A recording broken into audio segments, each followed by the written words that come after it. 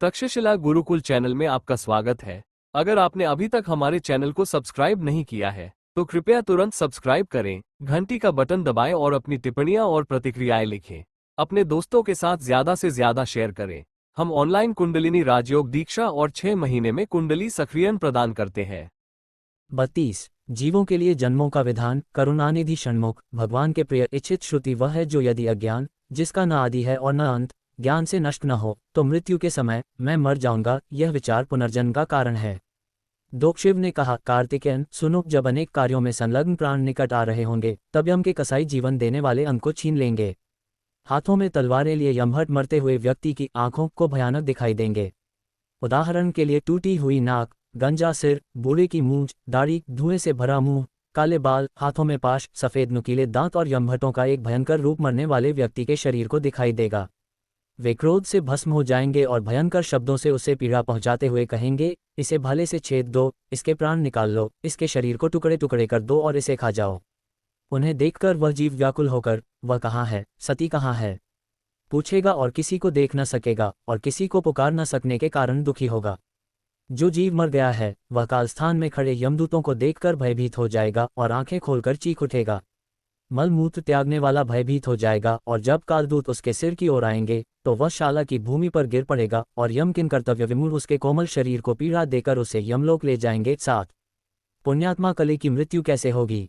पुण्यात्मा मनुष्य मृत्यु के समय शांतिपूर्वक भगवान शिव का ध्यान करता है, मृत्यु की पीड़ा को भूल जाता है, वह अपना नहीं है, और जब शिव के दूत उसके सामने आकर खड़े होते हैं तब वह प्रसन्न होता है। वह हाथ जोड़कर सोचता है कि जो लोग उसके बुलावे पर आए हैं वे बुद्धिमान हैं। वह सूर्य के समान चमकते हुए धर्मात्माओं के दूतों को प्रणाम करता है और अपने शरीर को भूलकर सुखपूर्वक प्राण त्याग देता है। जगमगाते रत्नजटित कुंडलों, चमकते हुए ललाटों, पतली भुजाओं, कोमल शरीरों, चमकते हुए दांतों, दयालु नेत्रों और हंसी से दमकते हुए मुखों वाले शिव के दूतों को देखकर पुण्यात्मा सुखपूर्वक प्राण त्याग देता है। वह मधुर वाणी से विभूषित, गले में रत्नों का हार, सिरों पर तेजों में मुकुट और 100 सूर्यों से युक्त स्वर्ग के धर्मात्माओं को देखकर सुखपूर्वक प्राण त्याग देता है। वह सुंदर सुराल, झंझनाते आभूषण, अंगूठियां और कस्तूरी तिलक से सजी सुंदर मूर्तियों, सिर पर पारिजात पुष्पों की सुगंध, दाढ़ी, लताओं से सजी मूंछों, हेमंभरा के वेश, धनुष बाण और तलवारों से सुसज्जित निर्भय हाथों को देखते हुए मर जाता है और वह शिव के समान शिव के दूतों को देखते हुए मर जाता है। हे पुत्र, जीवन कितना पुण्यमय है। विष्णु के दूत, शिव के दूत, देवगणपति के दूत, इंद्र, सूर्य और अन्य देवताओं के दूत पुण्यात्मा व्यक्ति के पास आते हैं और उसके लिए एक पुण्य शरीर का निर्माण करते हैं और इसके साथ वे उसे विष्णु, शिव, सुरलोक, देवी गणपति, सूर्य और जीवेश्वर के लोकों में ले जाते हैं। स्वर्गीय प्राणी अपने अर्जित पुण्य को बर्बाद करने के लिए लोकों के लोक में लौट जाते हैं। 15 मुक्ति के भेद। जिन्होंने ईश्वर को प्राप्त कर लिया है उनका पुनर्जन्म नहीं होता है, वे भगवान के साथ रहते हैं। भगवान जहाँ भी जाएंगे वे जाएंगे और यदि भगवान इस संसार में आएंगे तो वे उनके साथ आएंगे। भगवान ही उनका भाग्य हैं। इस संसार के अतिरिक्त अन्य कोई मुक्ति नहीं है। मोक्ष का संसार है, उनकी निकटता ही उनका स्वरूप है और भगवान से मिलन ही मिलन की मुक्ति है। ये 4 प्रकार की मुक्ति हैं। ईशा शब्द, तुर्या शब्द है, भगवान का साक्षी तुर्यातिता शब्द है और ज्ञानी पुरुष के रूप में शरीर का त्याग अक्षर है। ज्ञानी पुरुष अपने मन का साक्षी होता है। यद्यपि वह जन्मता हुआ प्रतीत होता है परंतु उसकी मृत्यु नहीं होती। ज्ञानी पुरुष सोहरा की भावना से शरीर का साक्षी होता है। विश्वास करो कि जिसने मृत्यु पर विजय प्राप्त कर ली है वही मृत्यु का भी दर्शन कर चुका है। ज्ञानी पुरुष जानता है कि शरीर से मल मूत्र का निष्कासन शरीर का कर्तव्य है और आयु अवधि समाप्त होने पर प्राणवायु को बाहर निकालना आत्मा का कर्तव्य है। ज्ञानी पुरुष शरीर की यात्रा अर्थात जन्म और मृत्यु का साक्षी होता है। अज्ञानी पुरुष से पूछो, मृत्यु के समय पशुओं और मनुष्यों के अंग पैर होना स्वाभाविक है, परंतु ज्ञानी पुरुष जो शशिधर का पुत्र है शरीर के भयंकर दुखों का अनुभव नहीं करता। मृत्यु के समय योगी ब्रह्म छिद्र को भेद कर ब्रह्मलोक में चला जाता है। ज्ञानी पुरुष जो संपूर्ण ब्रह्मा का पुत्र है ब्रह्म छिद्र का कोई ज्ञान नहीं रखता। अविचल ब्रह्मलोक में अन्य लोकों का ध्यान नहीं रहता। ब्रह्म ज्ञाता के लिए सब कुछ मूल्यवान है, ऐसा कहकर हठ योगी 6 चक्रों को भेद कर वायु को पश्चिम चक्र में खींचता है और निःशेष होकर मर जाता है। यह अपव्यय ज्ञानी पुरुष के लिए नहीं है। ज्ञानी पुरुष मल के समान मरता है। जो ज्ञानी पुरुष ये जानता है कि प्राण त्यागना ही शरीर का धर्म है, उसकी कैसी मृत्यु होती है। यदि कोई पुण्यात्मा मरता है तो पुण्यात्मा लोग स्वयं उसे ले जाने आते हैं। वे उसे पुण्य शरीर पहनाते हैं और पुण्यलोक में भक्तिपूर्वक उसकी पूजा करते हैं। अशुद्ध व्यक्ति का शरीर मृत्यु के बाद यमदूतों द्वारा प्रताड़ित किया जाता है, इसलिए इसे कष्ट शरीर कहा जाता है। लेकिन यदि मृत शरीर सुरों, शिवदूतों या विष्णुदूतों द्वारा ग्रसित हो तो इसे पुण्य शरीर कहा जाता है। शरीर के इस मंदिर में जन्म लेने वाली आत्मा तब तक परलोक में रहती है जब तक उसका पुण्य पूरा नहीं हो जाता। जब पुण्य पूरा हो जाता है तो स्वर्गलोक के देवदूत उस जीवन को वापस नश्वर लोक में धकेल देते हैं ताकि वह अधिक पुण्य अर्जित कर सके। 1 वर्ष में आत्मा हवा के माध्यम से सिर के बल गिरेगी और पृथ्वी लोक में गिरेगी। फिर उसका एक जन्म पूरा हो जाएगा। अगले 4 जन्म नीचे बताए गए क्रम 25 में प्राप्त होंगे। जीव का पुनर्जन्म कैसे होता है, इसका विवरण। जीव हवा के माध्यम से पृथ्वी पर आता है और अनाज में शामिल हो जाता है। अनाज पृथ्वी में बढ़ता है और ढेर बन जाता है। जब ढेर घर में पहुंचता है तो अनाज में व्याप्त प्राण भी घर में सम्मिलित हो जाते हैं। फिर परिवार के सदस्य अनाज को सुखाते हैं, पीसते हैं, एक बर्तन में डालते हैं और उबालते हैं। जब अग्नि की गर्मी बर्तन में अनाज रूपी जीव को छूती है तो वह अकथनीय दुख से चिल्लाता है, कैसी हानि हुई। जब जंगल मार की पीड़ा से पीड़ित होता है तो वह चिल्लाता है, मैं क्यों दुखी हूँ। जब गृहस्थ भोजन करता है तो अन्न रूपी प्राण सबसे पहले पुरुष के पेट में प्रवेश करता है। ये वहाँ 3 महीने तक रहता है। ये जीव का दूसरा जन्म है। पुरुष के शरीर में प्राण, जो वीर्य रूप में है, रक्त, मांस, मेद आदि 7 तत्वों से पोषित होता है और स्वस्थ रहता है। 3 महीने के बाद संभोग के समय पुरुष के वीर्य से प्राण स्त्री की योनि में प्रवेश करता है। अब उसके 3 जन्म होते हैं। 16 प्रकार की ऋतुओं। 30 को ध्यानपूर्वक सुनो। दंपति की ऋतुएं। स्त्री केवल मासिक धर्म के समय ही गर्भधारण करने के योग्य होती है। सती को दिन या रात में रजोधर्म हो सकता है। यदि रजोधर्म का दिन या रात प्रथम दिन माना जाए तो 16 दिनों तक चलने वाला ऋतुकाल 16वां ऋतुकाल माना जाता है। हे महात्मन, यदि सती रजोधर्म के चौथे दिन गर्भवती हो जाए तो वह एक ऐसे पुत्र को जन्म देगी जो पूजा के योग्य नहीं, दरिद्र और अल्पायु होगा।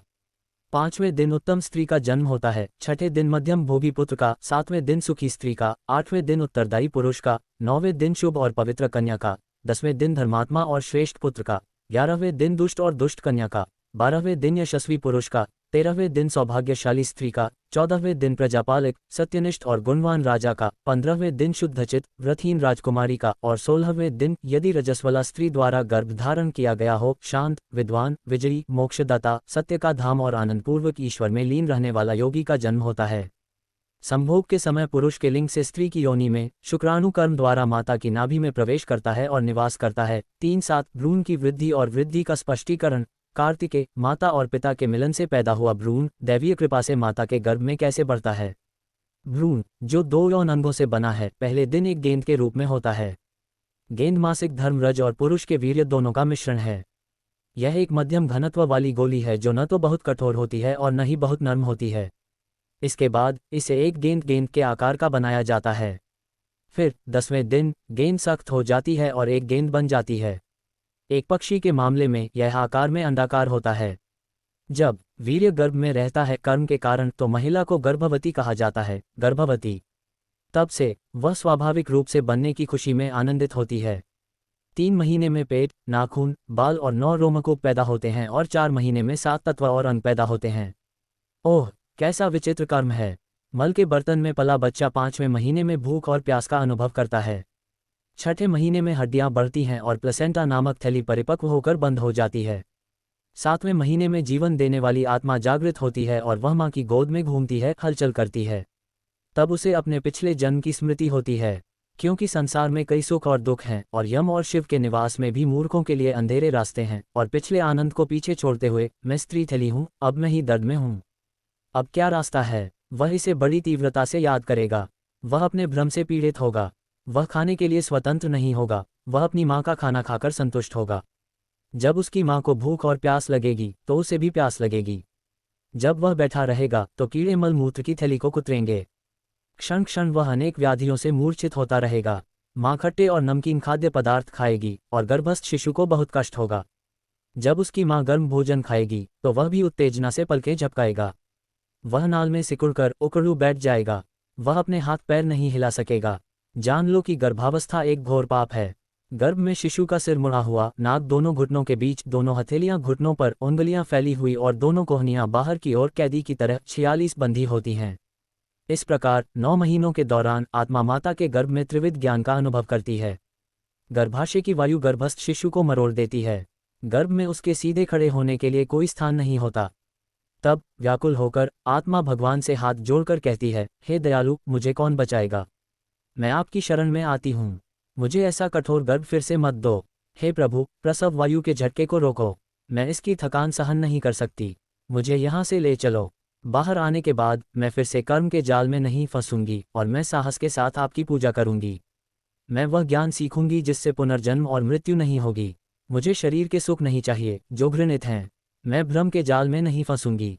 हे गुरु, मुझे बचाने के लिए जल्दी आओ, वह प्रार्थना करता है। यदि बच्चे को पिछले जन्म का ज्ञान है तो स्मृति का ज्ञान उसका अपना होगा। यदि उसे अज्ञानता का ज्ञान है तो यह उसकी मूर्खता का कर्म होगा। 7वें से 10वें महीने तक गर्भ में भ्रूण को पिछले जन्म की स्मृति होती है। ये लगातार गर्भ छोड़ने और बाहर आने के लिए तड़पता है।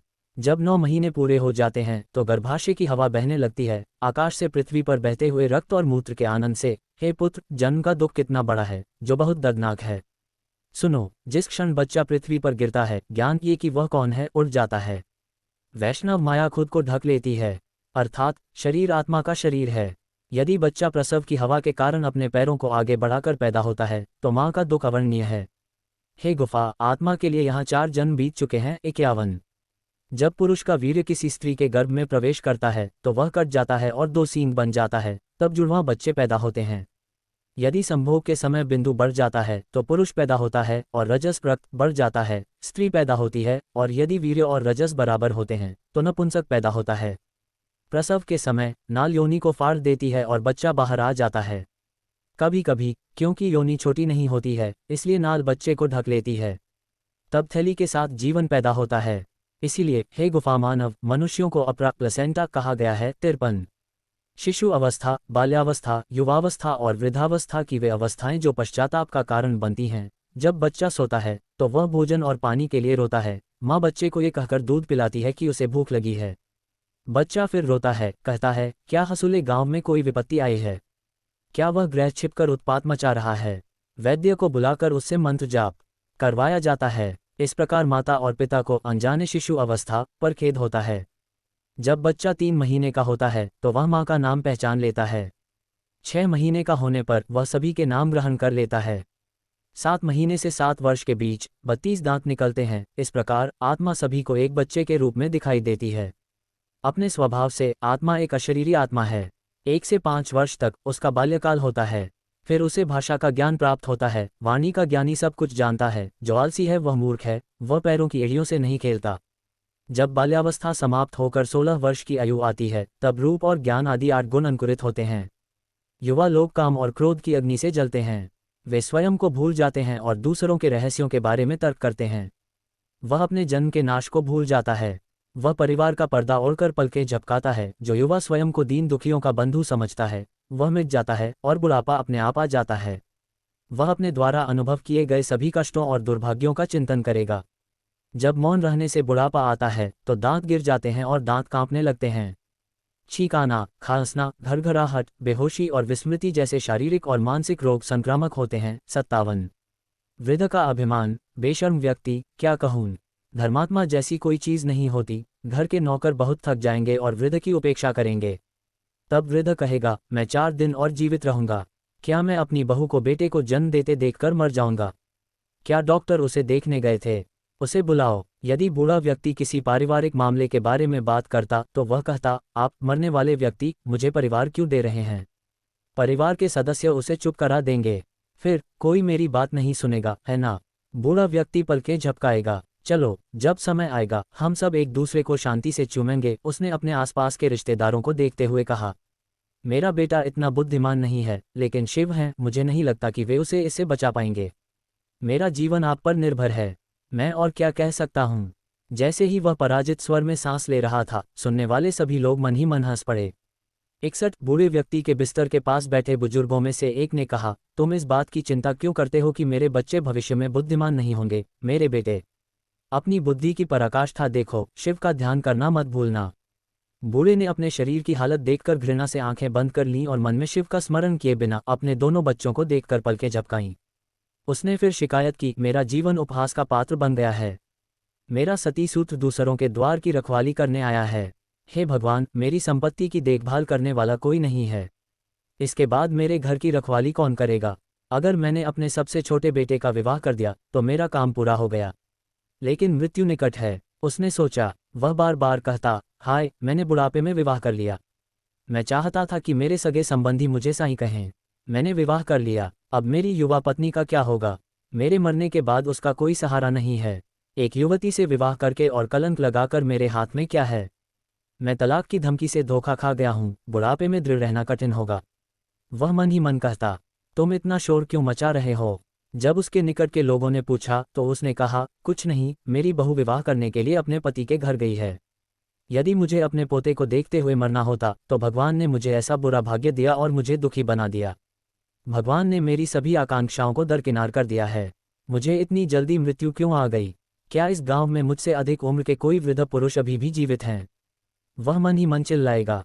इस बीच यम के दूत आकर उसके सामने खड़े हो जाएंगे और वह भय से मर जाएगा, क्योंकि इस जीवन में 5 जन्म 66 हुए हैं। 5 जन्म और मृत्यु के बाद अच्छे कर्म करने वाले सुखपूर्वक स्वर्ग जाएंगे।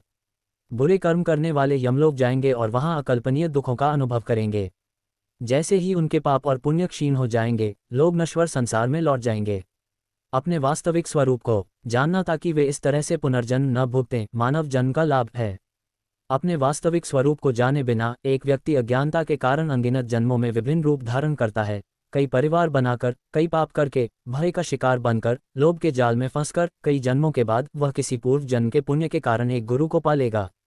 वह गुरु के मुख से परम तत्व को नहीं समझ पाएगा। वह ये कहकर ध्यान करेगा, मैं शिव हूँ। वह संसार का संग त्याग कर योग का अभ्यास करेगा। वह गुरु की कृपा दृष्टि से परमात्मा की सेवा करेगा और पूर्ण समाधि आनंद प्राप्त करेगा। वह वास्तव में अपने हृदय में आत्म प्रकाश का प्रकाश देखेगा। अपने अंतिम जन्म में वह शरीर छोड़ देगा और ब्रह्मांड के प्रकाश में विलीन हो जाएगा।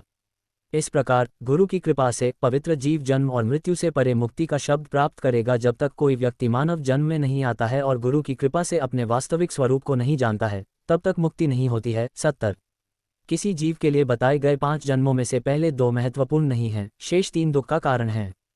2 जो आकाश से पृथ्वी पर गिरते हैं और 2 जो अनाज से पिता के पेट में प्रवेश करते हैं। जन्म जीवन के लिए इतने दुखद नहीं हैं। पहला जन्म तब होता है जब पुरुष अपने शरीर में 3 महीने रहता है और बिंदु के साथ स्त्री की योनि से जुड़ता है।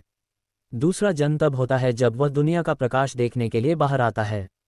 तीसरा जन्म तब होता है जब वह बड़ा होता है और अपने कर्मों के फल के कारण एक बूढ़े व्यक्ति के रूप में मर जाता है। ये जीवन भर के लिए जन्म है। कुछ लोग 5 कह सकते हैं, कुछ लोग 3 कह सकते हैं। हमें उन संख्याओं के बारे में चिंता करने की आवश्यकता नहीं है। यह एक व्यक्ति के लिए पर्याप्त है कि वह बिना किसी संदेह के इस सिद्धांत को जान ले कि कौन जन्म लेता है और कौन मरता है। उसके लिए इन सब से दूर हो जाना और हमेशा के लिए खुश हो जाना पर्याप्त है। मानव जाति में आने का यही लाभ है। जिस जन्म में वह शास्त्रों को सुनकर, उनका मनन करके और ध्यान करके ज्ञान प्राप्त करता है और मुक्त हो जाता है, वही व्यक्ति दीपक या मोमबत्ती का उपयोग किसी ऐसी चीज की खोज करने के लिए करता है जो उसे अपने पिछले जन्म के घर में नहीं मिली थी। उस चीज को पाने के बाद, ताकि दीपक बेकार हो जाए, वह गुरु और शास्त्रों की मदद से अपने आप में रहता है।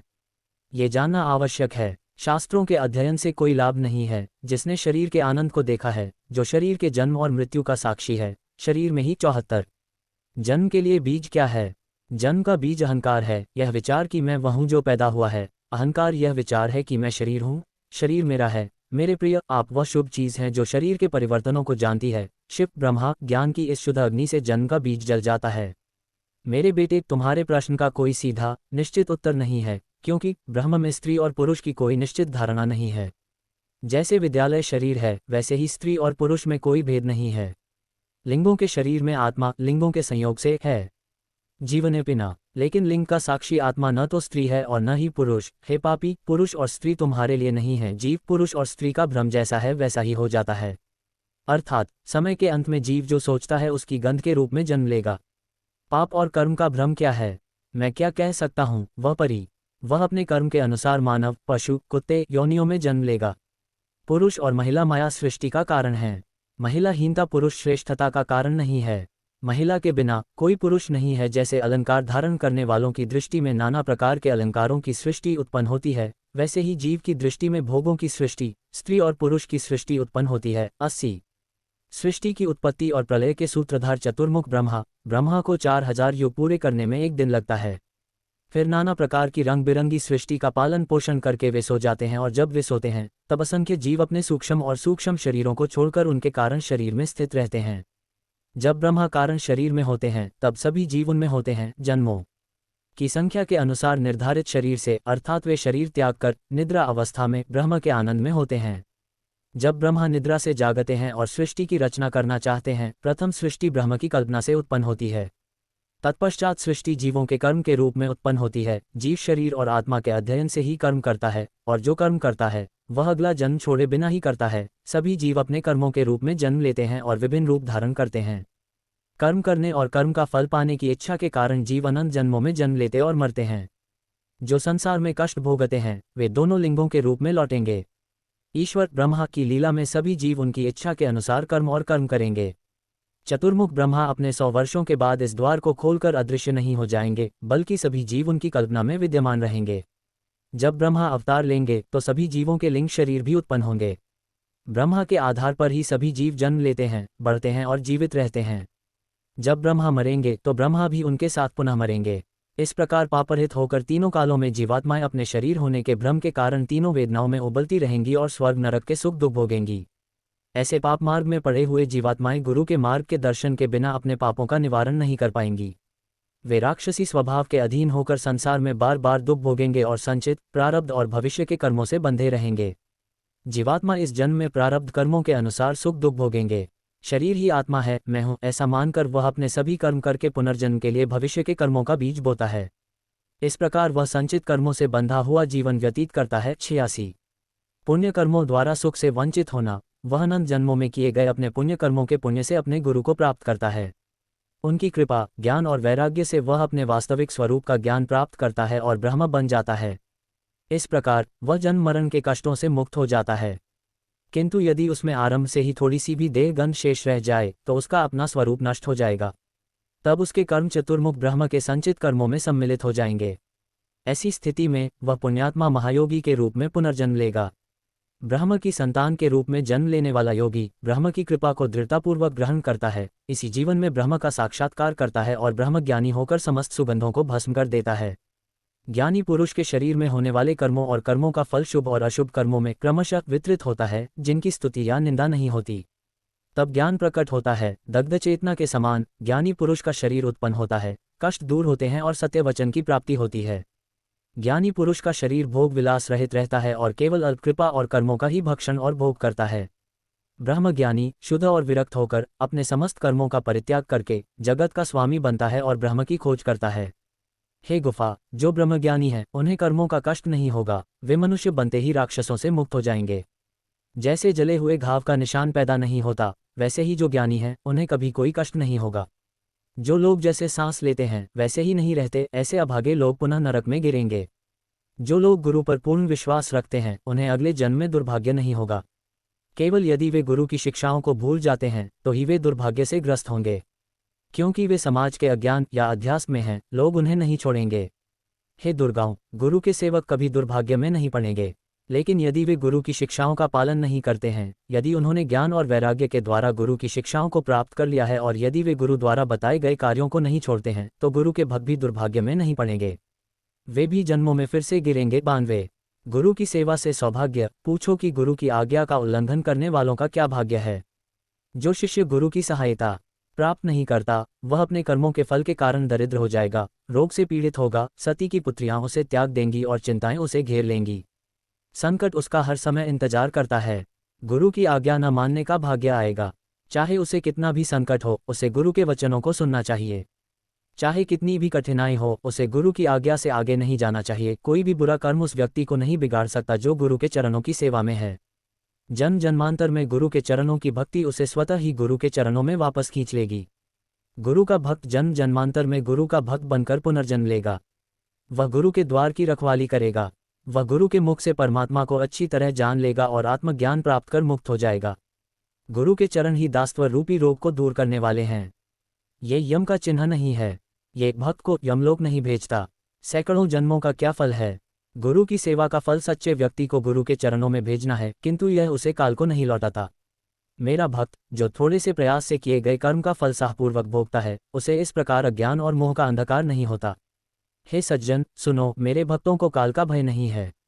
चाहे वह अपनी साधना में कितनी ही आगे क्यों न बढ़ गया हो, यदि वह गुरु के निकट आने पर बैठ जाता है तो वह नरक से नहीं बच सकता, ऐसा श्रुति कहती है। चूंकि वह चिंतामणि की अवस्था में बैठा है, इसलिए उसे खड़े होकर हाथ जोड़ने चाहिए। गुरु के घुटने टेको कहने पर उसे भय और भक्ति के साथ दान करना चाहिए। यदि अद्वय ब्रह्म भी हो तो भी उसे सद्गुरु के अद्वैत का उपयोग नहीं करना चाहिए। जिस स्थान पर वह था, गुरु के आने पर अद्वैत भाव त्याग कर हाथ बांध कर खड़ा हो जाना चाहिए। यही अद्वैत भाव का शुद्ध मार्ग है। यदि कोई गुरु के विरुद्ध कुछ कहे तो जान लो कि वह मूर्ख है, वह नरक में जाएगा। 99। सर्प का प्रश्न। भगवान, मेरी विनती सुनिए। जैसे ही गुरु ने अपना पवित्र अमृतमय हाथ शिष्य के सिर पर रखा, उसका जीवन अमृत हो गया, अर्थात उस समय से उसे जन्म मृत्यु के शारीरिक कर्तव्य नहीं रहे। गुरुपुत्र जिसने शरीर का साक्षी किया है, या ज्ञानी के लिए जन्म का विचार मिथ्या हो गया। जन्म मिथ्या हो गया क्योंकि आत्मा ही नहीं थी। चूंकि आत्मा ही नहीं थी, इसलिए उसे मृत्यु का भय कहाँ। ज्ञानी को मृत्यु से कोई परेशानी नहीं होती, ये सत्य है, किंतु यह एक चमत्कार है। संसार का जाल अज्ञानियों के लिए है। मृत्यु का समय निकट आने से पहले उन्हें क्या सावधानी बरतनी चाहिए, मृत्यु के निकट आने का संकेत देखकर उन्हें सचेत होकर क्या करना चाहिए। कृपया मुझे समय का ज्ञान बताइए ताकि सभी जीव इसे समझ सकते हैं और मेरी रक्षा कर सकते हैं। समय के ज्ञान से जीवन संसार के भ्रम में नहीं पड़ता। मरने से पहले वह जो कुछ कहता, सुनता और देता है, उसके कर्मों को यथासंभव पूरा कर सकता है। तब अच्छा मार्ग पाद का मार्ग है। जो पतित हो जाता है, शिव तुम्हें समय का ज्ञान बताएंगे। अप्पा षण्मुख, यदि वह आकाश में तारों का मार्ग नहीं देखता है और यदि वह चंद्रमा में वह कालापन नहीं देखता है जिसे वह प्रतिदिन देखता है, तो वह 6 महीने में मर जाएगा। यदि अरुंधति और ध्रुव तारे, जिन्हें वह प्रतिदिन देखता है, उसे दिखाई नहीं देते हैं, तो 6 महीने में उसकी मृत्यु हो जाएगी। यदि वह अपने सिर पर हाथ रखकर तर्जनी हड्डी की गति देखता है, तो ये शुभ है। यदि यह छोटी है तो ये शुभ है। यदि तर्जनी की हड्डी बड़ी है तो वह 1 महीने में मर जाएगा। यदि वह अपने दोनों हाथों को मिलाकर अपने माथे पर रखता है और उस जोड़ को देखता है जहां हाथ जुड़े हुए हैं, तो ये शुभ है। यह ऐसा है जैसे केले के फूल पर। यदि वह जोड़ दिखाई न दे तो 6 महीने बाद उसकी मृत्यु हो जाएगी। कार्तिकेय, जिसकी 1 महीने में मृत्यु हो, को अपनी 2 अंगुलियों को अपने गले में कसकर बांध लेना चाहिए ताकि अंगुलियां ढीली न पड़ें और कसी रहें। लेकिन यदि दुर्बलता के कारण बंधी हुई अंगुलियां ढीली पड़ जाएं, तो 1 महीने बाद उसकी मृत्यु हो जाएगी। उसे दीपक के लिए 8 अंगुलियां छोड़ देनी चाहिए और तर्जनी को दीपक के सामने रखकर देखना चाहिए। फिर यदि तर्जनी पर दीपक न दिखे तो अच्छा है, लेकिन यदि दीपक ढीला न पड़े अर्थात दिखाई न दे, तो 1 महीने बाद उसकी मृत्यु हो जाएगी। उसे अपनी 5 अंगुलियों को नारियल के कटोरे की तरह जमीन पर रखना चाहिए और मध्यमा को छूते हुए शेष अंगुलियों को हिलाना चाहिए। यदि अनामिका जमीन को न छुए और उठी रहे, तो 1 महीने बाद उसकी मृत्यु हो जाएगी। यदि आप अपनी आंखों को जोर से दबाएं और चिंगारियां देखें, और यदि आपको मोर की आंख के रंग की चिंगारियां दिखाई दें, तो यह अच्छा है। यदि कोई चिंगारियां न दिखें और मोर की आंख अंधकार से ढकी हो, तो वह 1 महीने के भीतर मर जाएगा। यदि जल में सूर्य का प्रतिबिंब पूर्व दिशा में दिखाई दे, तो वह 6 महीने के भीतर मर जाएगा। यदि दक्षिण दिशा में हो तो 3 महीने के भीतर मर जाएगा। यदि पश्चिम दिशा में हो तो 2 महीने के भीतर मर जाएगा, और यदि उत्तर दिशा में हो तो 1 महीने के भीतर मर जाएगा। हे वृक्षपुत्र, यदि जल में सूर्य का प्रतिबिंब बीच में से टूटा हुआ दिखाई दे तो 10 दिन के भीतर मर जाएगा, और यदि प्रतिबिंब धुएं से ढका हुआ दिखाई दे तो तत्काल मर जाएगा। ऋषियों ने काल के ज्ञान का भी निर्धारण और वर्णन किया है। छींक मल मूत्र त्याग का समय है। यदि मल और जल एक ही समय आए तो 7 दिन के भीतर मर जाएगा। यदि उसकी छाया में उसका सिर दिखाई न दे तो 20 दिन के भीतर मर जाएगा। यदि भीड़ का गर्जन और पहले कभी न सुनी गई शंख ध्वनि सुनाई दे तो 10 दिन में मृत्यु आ जाएगी। हे कंदन, यदि जल में अपना प्रतिबिंब विकृत दिखाई दे तो मृत्यु आ जाएगी 10 दिनों में। यदि हाथ और बांह की नसें दर्द से खींचती हैं तो यह अच्छा है। चून की नसें नहीं रोती हैं और दर्द का स्रोत दिखाई नहीं देता है, इसलिए 10 दिनों में व्यक्ति की मृत्यु हो जाएगी।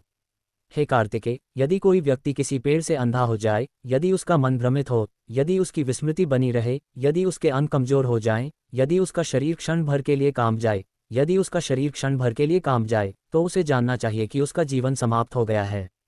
यदि कोई सपने में बिना सिर वाला शव देखता है, यदि कोई लोगों को अपने शरीर पर गोबर लगाते और अपने शरीर पर दशा के फूल लगाते ऊंट पर सवार होकर दक्षिण की ओर जाते हुए देखता है, और यदि कोई सपने में अपने पूर्वजों से मिलता है, तो ऐसे दृश्य मृत्यु के संकेत हैं।